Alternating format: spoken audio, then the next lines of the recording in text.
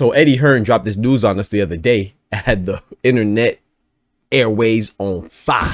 You know, we know that Gervonta's going to fight Jake Paul in November. What? And then we'll see what happens. And then you would think it stops there, right? But nah, he doubled down and said this. I've just heard of multiple strong sources. That's what happened. I believe that before Lamont Roach, they were flying in to announce the fight. Now, I spoke on it already on my live show, but I'm going to explain to you why I don't think Eddie Hearn is just speaking out his behind. And I think there is a little bit of truth to it. If I tell you I'm good, probably you will say I'm boasting. But if I tell you I'm no good, you know one line. Yo, what's good, Boxing Talk family? It's your boy, Dr. Boxing Talk, back for another YouTube video. Banger, man. Yes, sir. Yes, man. I don't know what time it is. The doctor's in the house, man. So check this out. Just recently, Eddie Hearn dropped some news that, you know, I'm not too fond of. You know, me being a boxing purist, a pugilist enthusiast, I like to see good fights, man, between top-notch, high-level, good, capable athletes, you know what I'm saying? And those, I prefer those that are talented, they're at the highest caliber, you know? So if it's not a boxing match that demonstrates that or exhibits that, I'm not too interested, me personally, you know what I'm saying? And Eddie Hearn has dropped some news in regards to a fight that should be unrealistic in nature. And that's the potential fight between Gervonta Davis, who's a lightweight. Yeah, he fights at 135, and Jake Paul, who had his last two fights at heavyweight. You know, that's crazy, right? That fight is potentially going to happen in November. Of course, it was on track to happen sooner than that, but Lamont Roach, his performance against Gervonta Davis, it derailed those plans, right? And so now we are here where we're at today. According to Eddie Hearn, and what he has heard is that after the Lamont Roach fight, assuming Gervonta Davis wins, which should happen this summer, particularly in July, we could look forward to a Jake Paul and Gervonta Davis showdown. Hey, boy, ain't no fucking way, boy. Boy, ain't no way, boy. Boy, ain't no way, boy.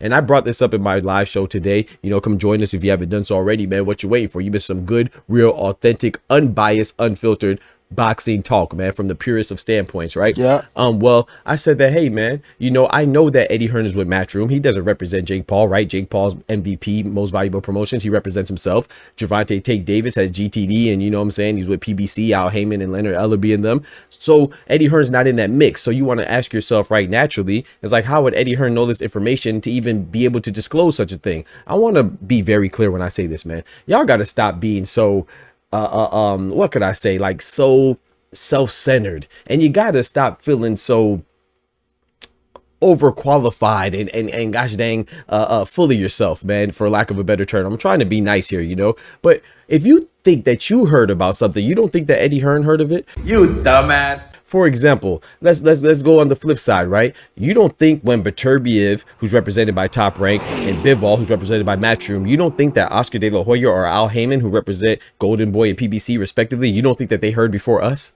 You don't think that they heard the whispers that this fight might happen before us? Now, they might not know the particulars. They may not know the specifics, and they can't tell you, oh, with further specificity, oh, this is going to happen in this date or this venue. But please believe that they hear the rumblings. And likewise, if another fighter is fighting, let's say Williams Zepeda and Shakur, you know, that's Matchroom and Golden Boy. You don't think Al Heyman or Bob Arum had an inkling that this may happen? Or even when Gervonta Davis was fighting Lamont Roach, you don't think Oscar De La Hoya or Frank Warren, they caught wind of it? You dumbass. Of course, man. It's like when you work at a place, or if you're in school, or you're in whatever environment that you're usually in, don't you hear rumblings about what's going on in other workers' lives, or people that are in a rival a company, they're in the same field as you hear these things. So of course, when Eddie Hearn says this information, no, he doesn't have the jurisdiction or the authority to say, oh, if this fight's going to happen. And he even said that. Check it out. I don't represent both fighters. I've just heard of multiple strong sources. That's what's happening. No, God! Before Lamont Roach, they were flying in to announce the fight. And then it was a draw, and then obviously they put a freeze on that.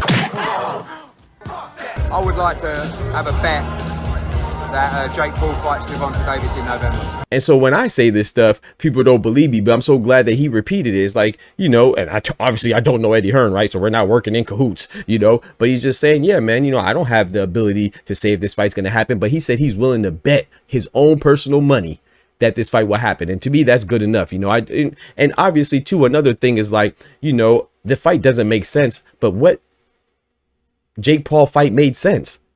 Tell me what's normal about any of Jake Paul's fights. Isn't it an abnormality for a guy that's 27 years old to fight another guy who's 57 years old and retired? Yeah. Wasn't Jake Paul versus Mike Tyson an abnormality? Yeah. Was it Jake Paul versus Nate Robinson, a former basketball player who's not even in combat sports, let alone boxing at all? Wasn't that an abnormality? Yeah. Has it every single one of his fights besides maybe Tommy Fury been an abnormality? Yeah. Right? So when people say, oh, it doesn't make sense, when has that ever stopped Jake Paul before? If Jake Paul came out and said he was going to fight a triple threat match between him, Clarissa Shields, and Amanda Serrano, I would believe it. Bullshit!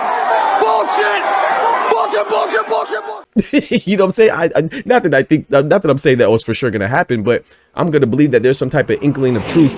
I'm not going to just dismiss it because it doesn't make sense compared to the normal confines of things. Of course it doesn't make sense. We're talking about Jake Paul. We're not talking about Shakur Stevenson or Caleb Plant. We're talking about Jake Paul, man. It's going to be a spectacle of a show. That's what it is. It's a circus, you know. And shout out to Jake Paul. He's putting boxing on the map. I'm not hating on him as far as a promotional standpoint. You know, I'm not saying he's putting it on the map. Let me rephrase that. He is capitalizing and on people's intrigue on different matchups in the sport, and by doing so he's also promoting and popularizing the sport even further, right? Is he though?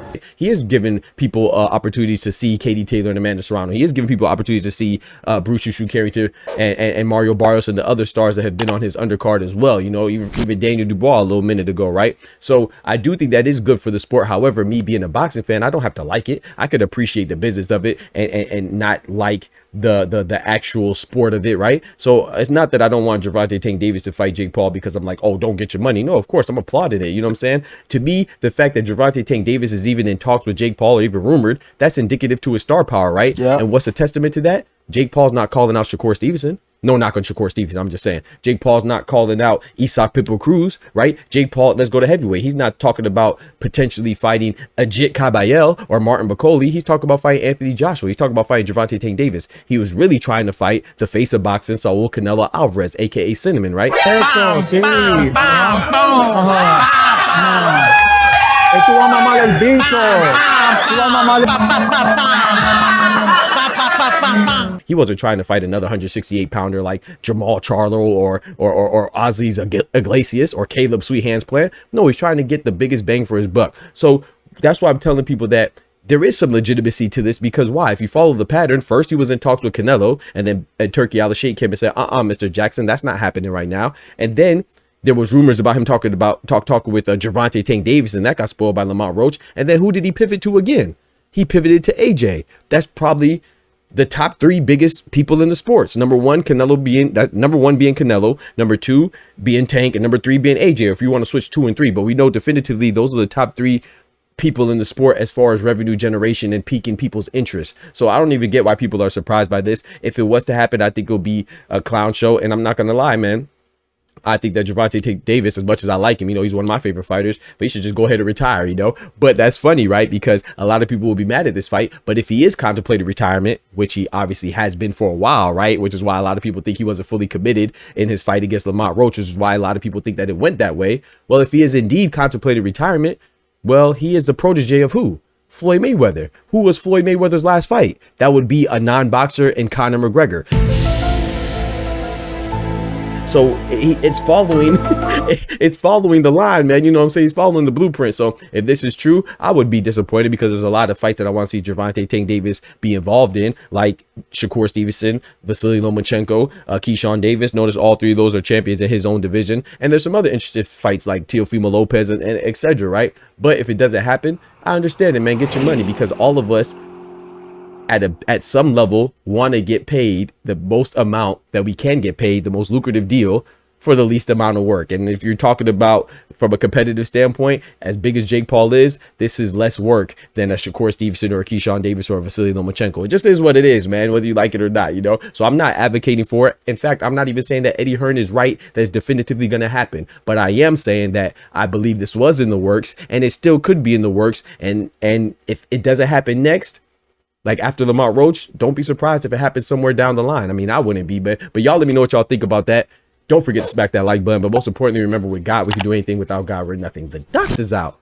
Peace. From the hood to college, both worlds they had to meet. 6 degrees between us, so cold, we're about to freeze. But we're Florida boys, hot takes, we bring the heat.